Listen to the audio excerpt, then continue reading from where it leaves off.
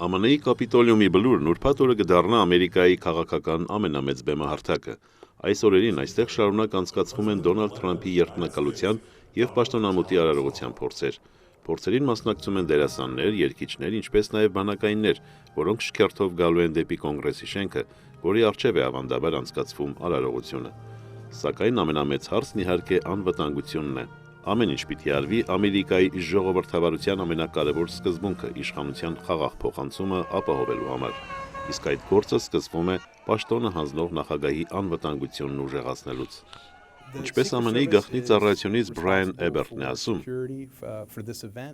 Իրավապահ մարմինների ու բանակային ուժերի հետ համագործակցությամբ այս միջոցառման անվտանգության ապահովումը գաղտնի ծառայությունների պատասխանատվությունն է։ Ըստ նախնական հաշվարկների միջոցառմանը կմասնակցի 900,000 մարդ։ Էբերտն ասում է, թե բոլորին պաշտպանելու համար իրենք ունեն բավարար հնարավորություններ։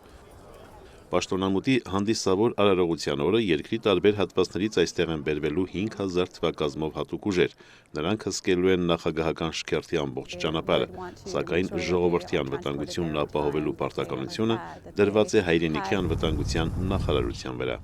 Հաշվի առնված, որ այս տարի երդմնակալության օրը կարող են սկսվել Թրամփի դեմ բողոքի ցույցեր։ Հայրենիքի անվտանգության նախարարությունից Քրիս Գելդարդի խոսքերով իրենք պիտի բոլորին տան այստեղ լինելու հնարավորություն։ Նրանք պիտի ունենան հնարավորություն ասելու այն, ինչ իրենք են ուզում ասել։ Իրենց գործողությունները պիտի իրականացնեն խաղաղ ու օրինապահ եղանակով, այնպես որ օրվա վերջին բոլորը տուն վերադառնան ապահով։ Այսպիսինն է Վաշինգտոնն այսօր՝ անվտանգության միջոցառումներ, նախագահի երդմնակալության փորձեր ու սպասումներ։ Ադամ Վանեցյան, Ամերիկայի ձայն, Վաշինգտոն։